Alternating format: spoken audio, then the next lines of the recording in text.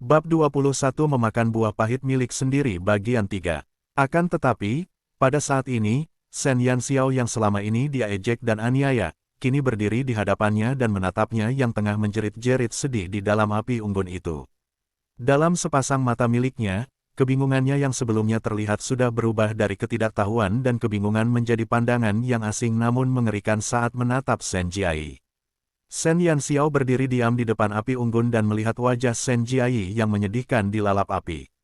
Shen Yanxiao sangat jelas bahwa api seperti ini tidak akan cukup membakar Shen Jiayi yang telah mengembangkan kekuatan sihir hingga mati dan hanya akan membuatnya menderita beberapa luka ringan. Oleh karena itu, Shen Yanxiao tidak perlu khawatir apakah Shen Jiayi akan mati atau tidak. Shen Yanxiao hanya harus berdiri di tempatnya semula dan diam-diam menikmati wajah Shen Jiayi yang kesakitan. Saat Shen Jiawei yang berjaga di luar pintu mendengar jeritan menyedihkan itu, dia merasa ada yang tidak beres. Setelah mendengar suara yang sudah dikenalnya itu, dia pun semakin menyadari bahwa ada masalah. Dengan suara benturan itu, dia mengetuk pintu kamar. Dalam sepersekian detik ketika pintu dibuka, pemandangan yang tergambar di matanya adalah Shen Jiayi yang berjuang di dalam api. Adapun yang membuat Shen Jiawei tercengang sebenarnya adalah satu orang yang berdiri di samping api itu, yaitu Shen Yanxiao, yang sedang tersenyum. Jiawei, selamatkan aku. Shen Jiayi hanya bisa memohon bantuan dari adik laki-lakinya karena dia tidak punya cara untuk keluar dari meja kayu yang hancur dan terbakar di mana api membakar dan memanggang tubuhnya tanpa ampun. Baru pada saat itulah jiwa Shen Jiawei kembali ke tubuhnya dengan cepat. Dia tidak punya waktu untuk memikirkan senyum yang tidak dikenal dan sangat menyeramkan di wajah Shen Yanxiao saat dia buru-buru berlari keluar ruangan untuk meminta bantuan. Setelah beberapa saat, Shen Yue membawa sekelompok orang dan bergegas ke kamar Shen Yanxiao. Setelah beberapa ember air jernih, intensitas api akhirnya mereda. Adapun Shen Jiayi yang telah tersiksa oleh api selama berabad-abad, dia telah pingsan sejak lama karena ketakutan sekaligus kurangnya daya tahan kekuatan fisiknya.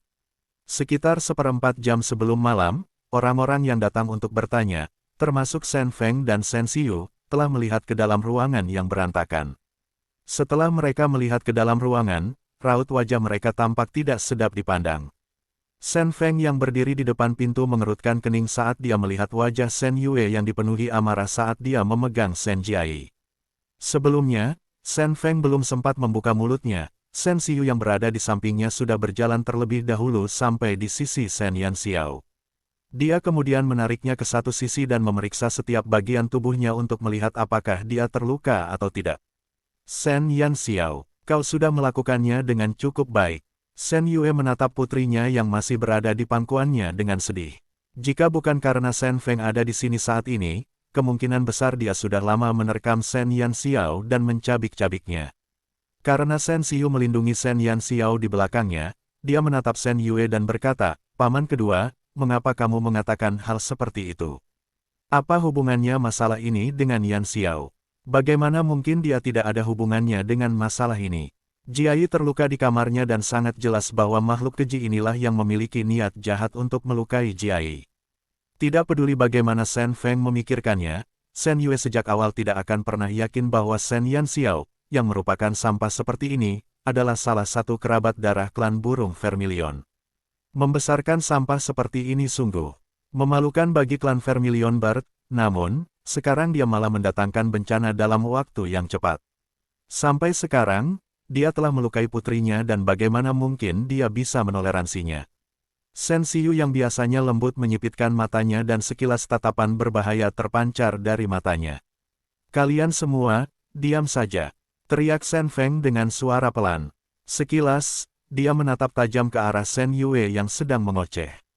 "Saya akan mengatakannya sekali lagi. Dia adalah anak Shen Yu. Jika ada orang yang berani mencela dengan ceroboh lagi, maka orang itu sebaiknya pergi." Shen Yue hanya bisa menggertakkan giginya dan menekan amarah di dalam hatinya sambil berkata, "Ayah, Jiayi memang cucu kandungmu dan sampai sekarang, dia sebenarnya terluka secara tak terduga oleh sampah ini. Mungkinkah ayah tidak akan peduli dengan masalah ini? Hubungan keluarga. Jika Shen Jiayi adalah cucu Shen Feng, bagaimana mungkin Shen Yanxiao bukan cucunya?" Shen Yanxiao mencibir dalam hatinya saat dia berdiri di belakang Shen Xiu. Bab 22 Singa membuka mulutnya bagian 1. Jika aku tidak salah ingat, Shen Jiayi telah mengembangkan sihirnya hingga tingkat 5. Paman kedua, apakah kamu mencoba mengatakan bahwa Shen Jiayi yang berada di tingkat 5 dalam sihir terluka oleh Yan Xiao yang sama sekali tidak memiliki sihir dan doki? Jejak kemarahan muncul di wajah Shen Xiu yang sebelumnya lembut seperti batu giok. Jejak niat marah itu telah menambahkan sedikit kesan acuh tak acuh pada pria berbudaya dan berbudaya di masa lalu. Bahkan Shen Yue lah yang akhirnya merasakan bagian dari rasa tertekan yang kuat terpancar dari tubuh Shen Xiu sendiri dan merasa takut dalam hati. Seberapa kuatkah kekuatan yang dimiliki anak muda ini hingga dia mampu memancarkan aura yang begitu dahsyat dan mengesankan? Seseorang yang memiliki peringkat 5 dalam ilmu sihir dan terluka oleh seorang idiot yang sama sekali tidak tahu ilmu doki dan ilmu sihir. Jika hal itu tersebar, itu pasti akan menjadi lelucon terbesar di Kekaisaran Longxuan dalam kurun waktu 100 tahun ini. Tidak perlu dikatakan lagi apakah Shen Feng akan mempercayainya atau tidak, bahkan Shen Yue sendiri kemungkinan besar tidak akan dapat menerima kenyataan semacam ini. Jika memang demikian, maka bukankah lebih baik dikatakan bahwa seorang sampah jauh lebih hebat daripada putrinya yang sangat dibanggakannya selama ini? Warna kulit Shen Yue berubah dari putih menjadi hijau lalu ungu. Jia Wei, katakan saja padaku, pada akhirnya, apa yang sebenarnya terjadi? Shen Feng mengernyitkan alisnya. Peristiwa itu terjadi di kamar Shen Yanxiao dan menurut penalaran seperti biasa, dengan kemunculan Shen Jiayi dan Shen Jiawei di sini, Shen Yanxiao pastilah yang akan menjadi orang yang tidak beruntung. Namun, hari ini, tampaknya mereka telah bertukar posisi. Shen Jiayi masih tidak sadarkan diri sementara wajah Shen Jiawei menyatu dengan ekspresi kurus kering itu. Shen Jiawei tetap saja takut pada Shen Feng yang biasanya pendiam. Meskipun Shen Feng adalah kakeknya, Shen Feng tetap saja tidak akrab dengan Shen Jiawei. Ketika namanya dipanggil, Shen Jiawei menelan ludahnya dan tanpa sadar menatap Shen Yanxiao yang dilindungi di belakang Shen Xiu. Shen Yanxiao sekarang seperti kembali ke keadaan sebelumnya, si idiot yang bingung dan bodoh. Pandangan jahat dan tak terkendali tadi telah sepenuhnya menghilang, tetapi dalam waktu yang singkat itu, pemandangan itu tetap terukir dalam di benak Shen Jiawei. Tanpa disadari dan tanpa alasan, saat dia menatap Shen Yanxiao, pikirannya tidak lagi menuju ke arah penghinaan dan hinaan terhadapnya, tetapi hanya ada keengganan yang mengguncang bumi. Kenapa kamu tidak bicara? Melihat putranya menatap si idiot itu seperti orang bodoh, Shen Yue menjadi marah. Dengan satu getaran, Shen Jiawei buru-buru berbicara, aku juga tidak tahu apa-apa, kakak hanya memintaku untuk menjaga pintu. Mengenai apa yang telah terjadi di dalam ruangan itu, aku sama sekali tidak tahu.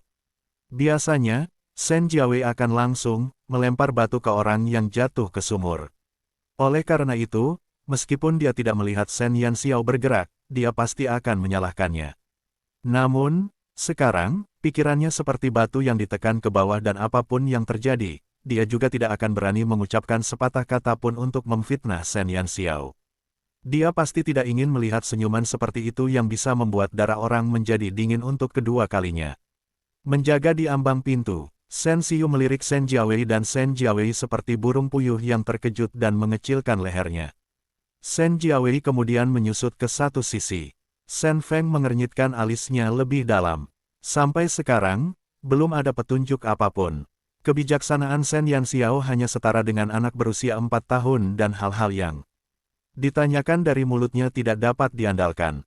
Sedangkan Shen Jiayi, dia masih dalam keadaan tidak sadar dan itu lebih tidak dapat diandalkan. Suruh orang-orang ini mundur dulu, baru aku akan meminta Shen Qiyu untuk memeriksanya.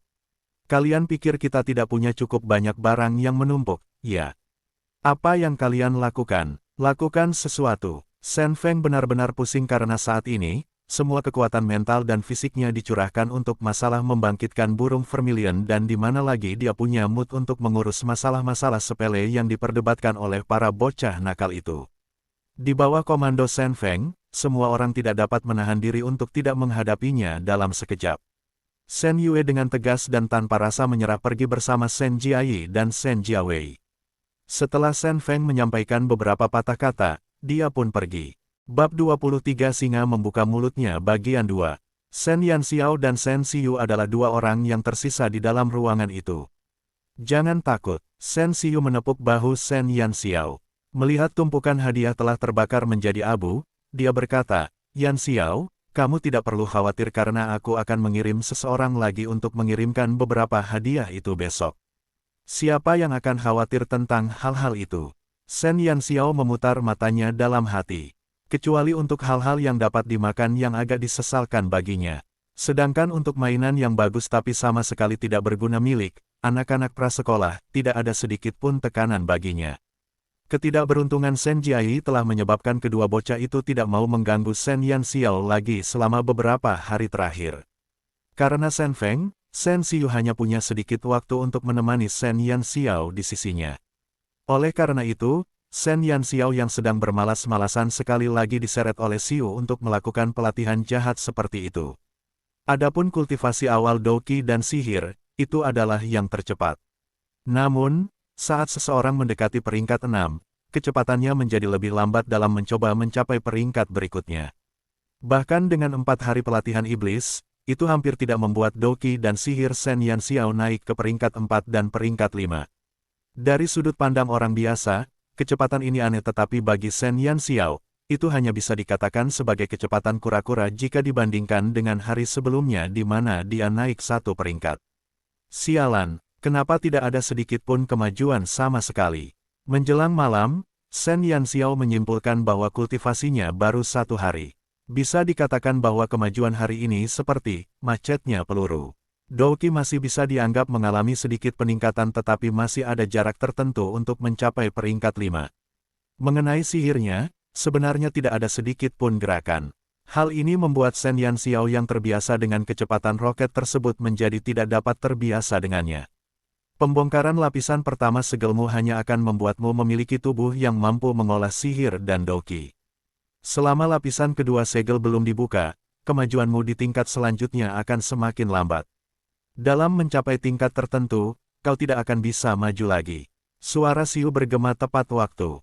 Apa sebenarnya segel ini? Shen Yanxiao sedikit tertekan karena bukankah dia telah mengatakan dengan tepat bahwa dia akan melakukan serangan balik untuk titik bahaya itu, dan akan naik pangkat untuk menjadi kepala klan burung Vermilion.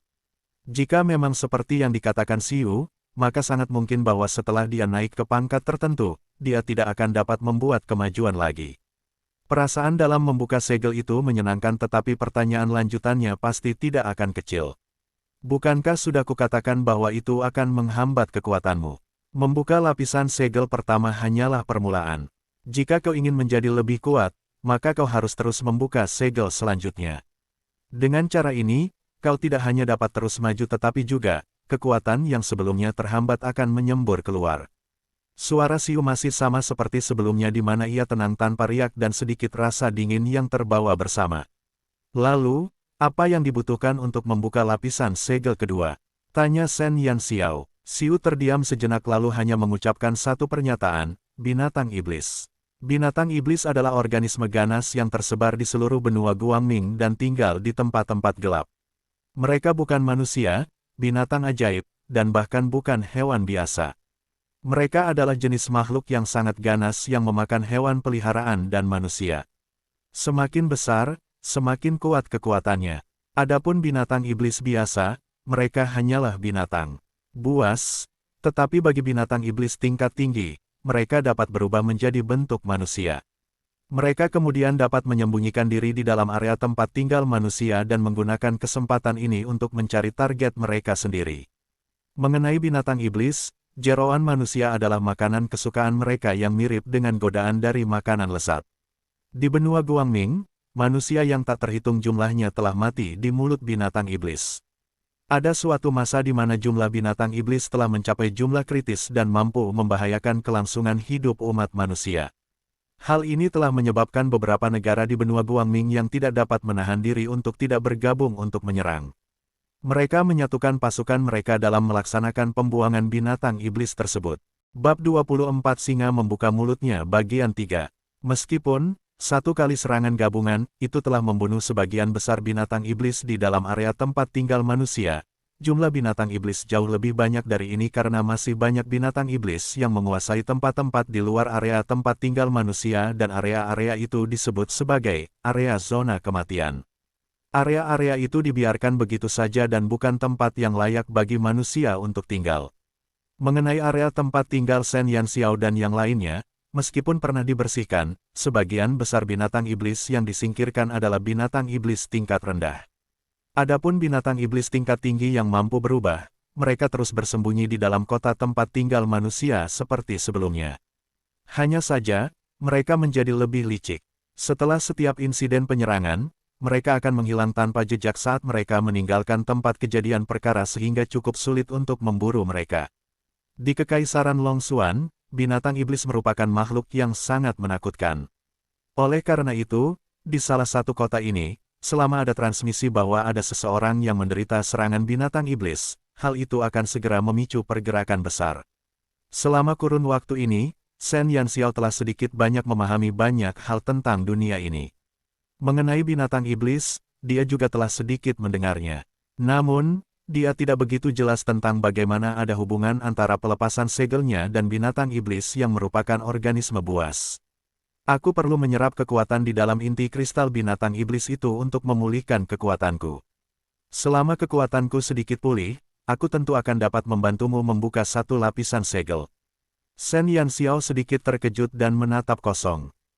Dengan kematian seekor binatang ajaib, ia akan meninggalkan sebuah inti dengan kekuatannya yang tersimpan di dalamnya.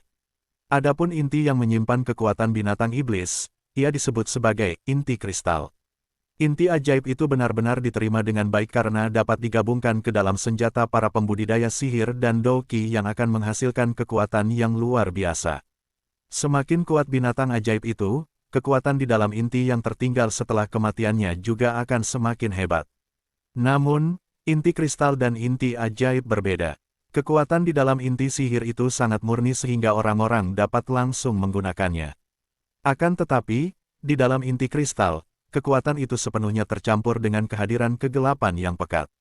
Meskipun kekuatan di dalam inti kristal itu juga tangguh, namun, hanya sedikit orang yang mampu menahan kehadiran kegelapan semacam itu yang dipancarkan dari inti kristal. Bila mana ada seseorang yang dalam jangka waktu yang lama menggunakan senjata yang dikombinasi dengan inti kristal, maka tubuh orang tersebut akan cepat mengalami pengikisan yang dibawa oleh inti kristal tersebut. Dalam kata-kata Shen Yanxiao, mereka akan terganggu oleh penyimpangan Qi jika erosinya ringan dan mereka akan mati sebagai martir jika erosinya lebih berat. Hanya beberapa ahli yang memiliki kekuatan spiritual yang sangat kuat yang berani menggunakan inti kristal. Selain itu, mereka hanya berani menggunakan inti kristal yang tingkatannya lebih rendah dari mereka. Bagaimanapun cara mengatakannya, inti kristal ini hanya dianggap sebagai iga ayam bagi orang-orang yang tidak memiliki nilai untuk memakannya. Dia sama sekali tidak menyangka bahwa iga ayam jenis itu akan tiba-tiba menjadi hal yang menjadi titik krusial dalam memulihkan kekuatan Xiu. Dia hanya bisa mengatakan bahwa dalam hal rasa, beberapa orang lebih menyukainya. Mendapatkan setetes inti kristal tidaklah sulit karena sebelumnya setelah beberapa negara melakukan serangan gabungan untuk melenyapkan sejumlah besar binatang iblis, sejumlah besar inti kristal disimpan di tangan masing-masing negara dan tidak banyak orang yang menginginkan barang semacam ini. Sampai sekarang, dengan berjalan santai ke pelelangan, seseorang dapat langsung membeli dalam jumlah besar. Shen Yanxiao memanfaatkan pengetahuan yang telah dipelajarinya selama ini. Singkatnya, masalah ini masih dianggap dapat dikelola dan dia tidak peduli apakah Xiu menyukainya lebih berat atau tidak. Sampai saat ini, satu-satunya masalah adalah dia sangat miskin, karena dia idiot, karena dia sampah, karena dia kumbang beras khusus. Klan Vermilion hanya akan bertanggung jawab atas makanan dan pakaiannya dan bagaimana mereka akan memberinya hal-hal yang disebut sebagai uang saku. Selain dua dompet yang sebelumnya diambilnya dari dua gadis pelayan, Shen Yanxiao bisa dibilang tidak punya barang lain dan apa yang ada di dalam sakunya bahkan lebih bersih daripada wajahnya. Meskipun inti kristal lebih murah daripada inti ajaib, tetap saja tidak ada yang tidak berharga seperti daun sawi itu. Dengan jumlah uang yang sedikit yang dimilikinya saat ini, akan dianggap cukup baik jika dia mampu membeli satu atau dua inti kristal tingkat rendah. Bab 25 Pencuri Dewa melakukan aksinya bagian 1.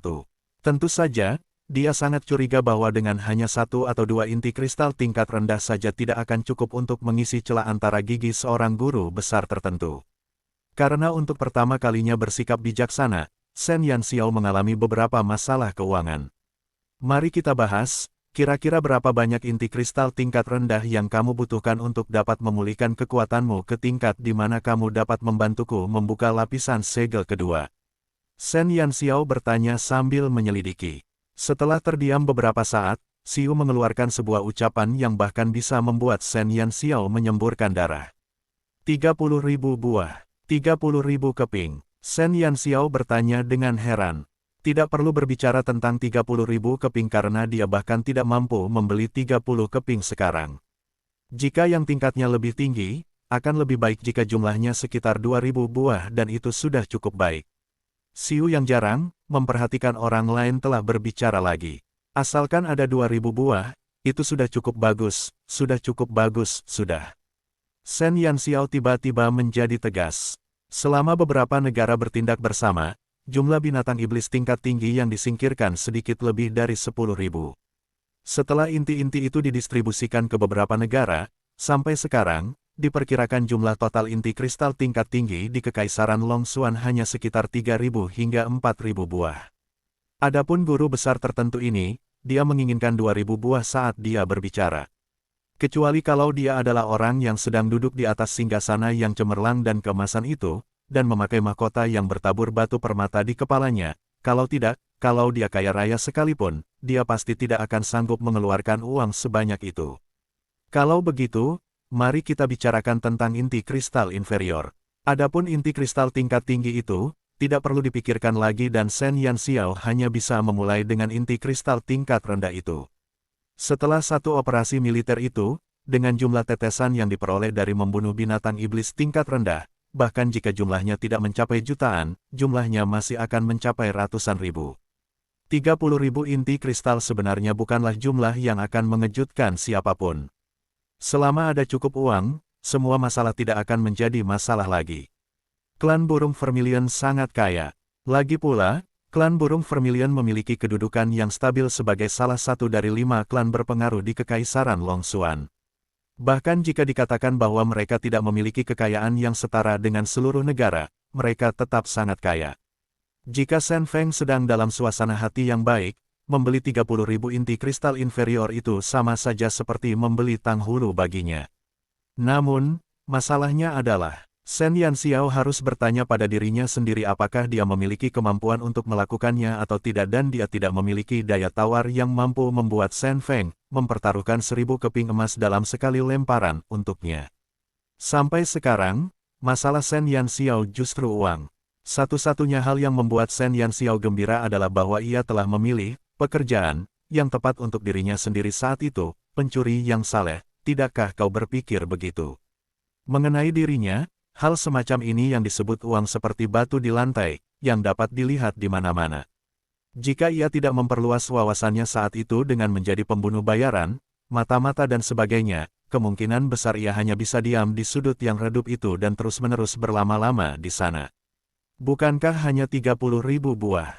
Kau bisa tenang karena dengan keterampilan tuan muda ini, aku pasti akan membuatmu makan sampai kau ingin muntah. Mengenai pengerjaannya, Shen Yanxiao cukup percaya diri. Terlebih lagi, dia berada di klan Vermilion Bard yang makmur saat ini. Bahkan dengan pilihan biasa dari generasi kedua atau ketiga, tidak akan ada perbedaan yang besar dan itu adalah kemudahan yang luar biasa untuk dimanfaatkan. Akibat mendengar kata-kata itu, makan sampai muntah, seorang guru besar tertentu juga secara diam-diam menerima bunyi tertentu dari rasa puas diri saat menyebut dirinya, Tuan Muda. Oleh karena itu, pada malam badai yang gelap itu, sesosok tubuh mungil berwarna hitam mulai sering muncul di setiap halaman klan burung Vermilion. Sepasang cakar yang seperti dosa itu berkali-kali terentang ke arah kantong yang murni dan dapat diandalkan itu. Pada hari kedua dini hari, saat sinar matahari pertama menyinari bumi, gelombang demi gelombang ratapan memilukan meledak di dalam klan burung Vermilion yang tenang itu. Bajingan, mana uang ayah ini? Sial! Dari mana datangnya pencuri yang sudah bosan hidup ini, pencuri yang tidak disangka-sangka berani mencuri uang dari bibi buyut ini. Ini tanda pernikahan ayah, bunuh saja aku. Dalam semalam, tercatat lebih dari 20 orang mulai dari yang tua hingga muda dari klan Vermilion Bard yang menderita tangan beracun tersebut.